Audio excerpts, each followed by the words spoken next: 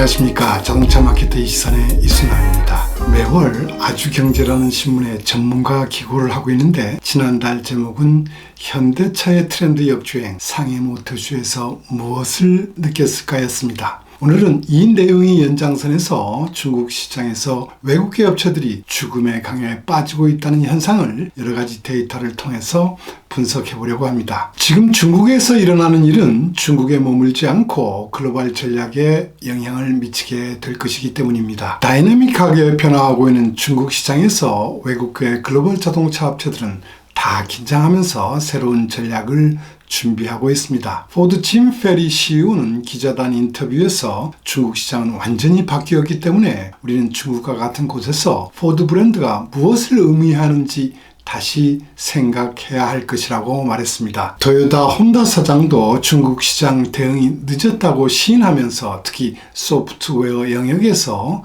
개발을 서둘러야 한다고 했습니다. 18년부터 감소하기 시작했던 중국 자동차 시장은 코로나 이후 정부 주도 지원책으로 20년부터 소폭이 증가세로 돌아섰습니다. 그러나 작년 판매에서 내연기관차는 270만 대가 감소했지만 전기차는 340만 대 증가했습니다. 중국 정부는 35년에 가솔린차 판매를 중단하는 대신 하이브리드 차 판매 비율을 50%로 하고 나머지 50%를 NEV 즉 전기차와 플러그인 하이브리드 차로 판매해야 한다는 규제안을 도입하고 있습니다. 중국 NEV의 판매는 20년 이후 폭발적으로 증가하여 작년에는 전체 판매의 27%인 689만 대로 성장하면서 25년 규제를 앞당겨 초과하고 있습니다. 빠르게 진행되고 있는 시장 수요 구조 변화로 외국계 업체들의 판매는 작년 토요타를 제외하고는 큰 폭으로 감소했습니다. 특히 GM, 닛산, 현대차는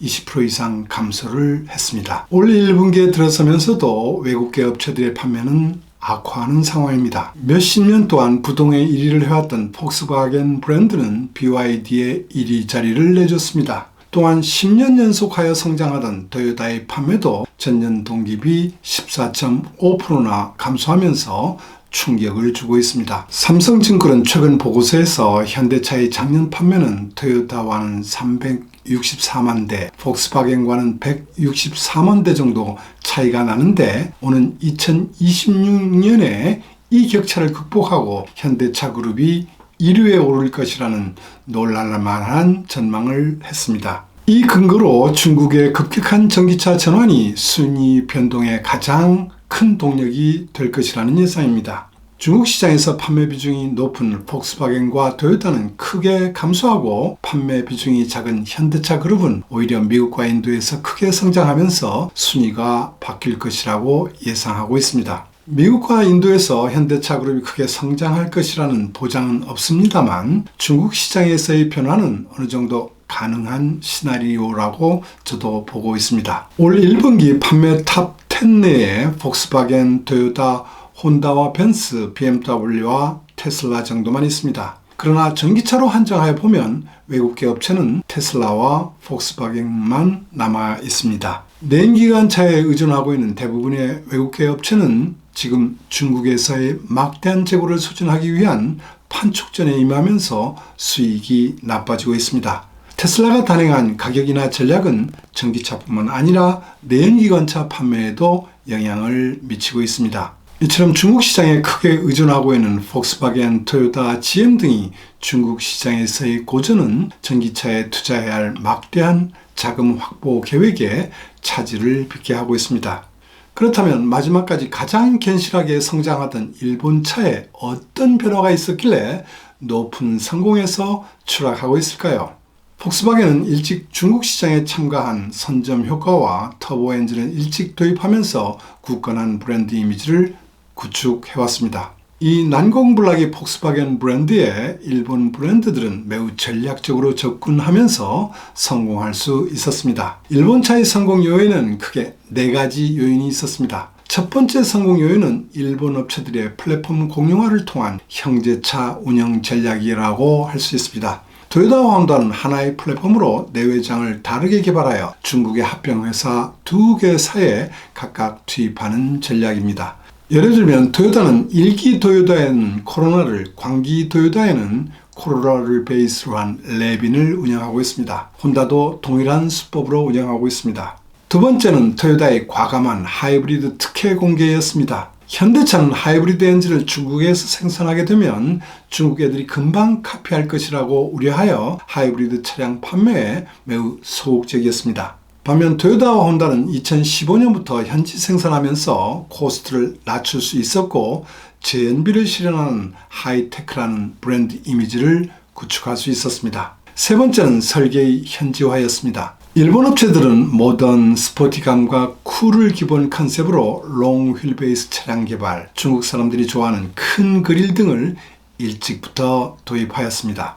넓은 나라 특성에서 오는 장거리 주행을 고려하여 승차감을 향상하고 쾌적한 실내 공간을 마련하면서 중국 고객들 니즈에 맞는 차를 제공해왔습니다. 특히 차량의 개성을 중시하는 중국 젊은 층들에 선호되면서 닛산의 실피라는 차는 중국 내 최대 판매 차종이 되기도 했습니다.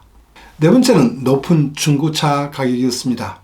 20년 시점에서 3년 후 평균 잔존 가치율이 폭스바겐은 62%인데 반하여 토요타는 75%로 큰 차이가 났습니다. 여기에 일본 차의 강력한 라이벌로 부상하던 한국의 현대, 기아 그리고 미국의 GM, 포드 등이 중국 고객들의 취향을 무시한 상품 개발과 브랜드 이미지 구축보다는 양을 중시하던 경영 전략이 실패한 덕도 봤다고 할 수 있습니다. 이렇게 잘 나가던 일본 차들이 갑자기 부진에 빠진 이유는 중국 정부가 주도한 전기차 시프트 정책을 적극적으로 추진하지 않았기 때문입니다. 일본 업체뿐만 아니라 다른 외국계 업체들은 이렇게 빨리 시장이 변화할 것이라고 예측하지 못한 부분도 큽니다. 이러는 사이에 중국 로컬 업체들이 전기차와 커넥티드 스마트카를 앞세워 소비자의 고객 경험을 바꿔버린 것입니다.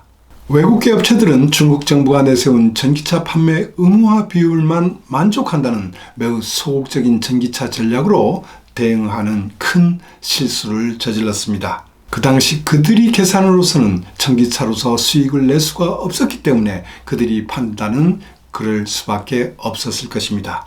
이런 개념으로 개발된 전기차는 중국 로컬 전기차와 상품력과 가격 경쟁력, 브랜드 파워, 새로운 고객 경험에서 경쟁할 수가 없는 수준이 되어버렸습니다. 2018년에 혼다는 기존 가솔린 차량의 플랫폼으로 개발한 V1이라는 전기차를 혼다 브랜드가 아닌 이념이란 자주 브랜드로 런칭했습니다. 중국 로컬 업체 전기차 대비 항속거리는 짧았고 혼다라는 인지도도 없어서 판매 가격을 16.9만 위안에서 8만 위안으로 내려 팔았지만 21년에 판매는 고작 1784대였습니다. 이러는 사이 중국 NEV의 시장은 상위 10개 업체가 전체 판매의 70%를 차지하는 시장으로 되어버렸습니다. 폭스바겐이 서둘러 전용 플랫폼을 이용한 ID 시리즈를 발표하면서 20년에는 5위였지만 작년에는 마켓시어도 떨어지면서 8위로 추락했습니다. 부진 원인은 지난 제 영상에서 다룬 적이 있습니다만 소프트웨어 기술에서 중국 로컬 차와 경쟁 우위점이 없기 때문입니다. 중국의 전기차 수요는 흥광미니 EV로 대표되는 저가격 전기차와 테슬라 모델 3, 모델 Y가 주도하는 고급 전기차로 양분되었습니다. 그러나 볼륨존이라고 할 수 있는 중간 가격대의 차의 경우 가솔린차는 전체 판매의 약 반을 차지하고 있지만 전기차는 약 20% 정도로 작았습니다. 토요타는 BG4X와 BG3를, 혼다는 이 NS1이라는 전기차를 판매하고 있습니다만 내연기관 플랫폼을 활용하고 있고 특히 BG3는 BYD와 협업하여 개발했지만 블레이드 배터리의 장점인 셀2팩 개념도 적용하지 못하고 있어 상품력이 떨어집니다. 물론 중국 로컬 전기차의 성능과 품질이 개선되었다고 혁신되었다고 하지만 현대차 수준을 따라오지 못하는 현실이 있다고 하는 분들도 있습니다. 그러나 이 중간 가격대에는 이미 BYD 등 중국의 로컬 전기차들이 선점하면서 고객들로부터 어느 정도 인정을 받고 있기 때문에 외국계 전기차들이 가장 공략하기 어려운 시장이 되고 있습니다. 이번 상해 모터쇼에서 중국 업체들의 배터리 기술, OS로 대표되는 제어 기술, 내외장 디자인, 하드웨어 마무리 수준의 향상점들을 크게 볼 수 있었습니다. 고급차 시장의 변화도 큽니다. 21년 고급차 시장은 15년에 약 2배까지 성장하면서 350만 대 규모가 되었습니다. 고급차 시장은 테슬라가 상해 공장을 가동하면서 급격하게 전기차로 시프트되어 왔습니다. 독일 고급차 3사의 쉐어는 18년 70%로 거의 독점 상태였습니다만 작년에는 61%까지 떨어졌습니다. BMW와 벤츠의 감소폭은 소폭이지만 아우디는 큰 폭으로 감소하기 시작했습니다. 테슬라를 따라하는 중국의 신생업체인 니오, 샤오펑, 리오토의 차들은 소프트웨어와 통신기기를 탑재하고 있고 자율운전과 엔터테인먼트 등의 기능을 사용하기 쉽게 하는 커넥티드 스마트카를 실현하고 있습니다. 이러한 새로운 고객 경험을 기반으로 대도시를 중심으로 중대형 고급차 붐이 일어나고 있는 것입니다. 벤츠, BMW 등이 현지 생산한 EQE iX3 전기차를 런칭하고 있지만 중국세에 밀리고 있습니다. 30만에서 40만 위안의 가격대에서는 니오의 ES6이 BMW의 iX3와 큰 차이로 판매를 하고 있습니다. 40만 위안 이상의 세그먼트에서는 니오 차들이 벤츠의 EQE나 BMW의 iX를 크게 압도하고 있습니다. 여기에 BYD는 양왕, 지리는 지크라는 프리미엄 브랜드를 런칭하면서 프리미엄 전기차를 공격적으로 런칭하고 있습니다. 이러한 상황을 극복하려고 폭스바겐은 상해 모터쇼에서 ID7을 발표했지만 소프트웨어 혁신 한계로 지금 판세를 바꾸지는 못할 것이라는 것이 저의 판단입니다. 중국 고객이 변화된 니즈에 빠르게 대응하기 위하여 개발 시간을 단축하는 노력에 돈을 투자하고 있습니다.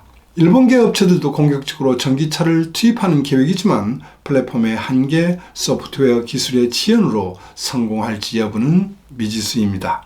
포드는 아예 비즈니스 영역을 상용 전기차 중심으로 축소하는 계획입니다. 이러한 노력이 죽음의 연못을 빠져나올 수 있는 전략이 될지는 미지수입니다. 오늘은 여기까지 하겠습니다. 시청해 주셔서 감사합니다.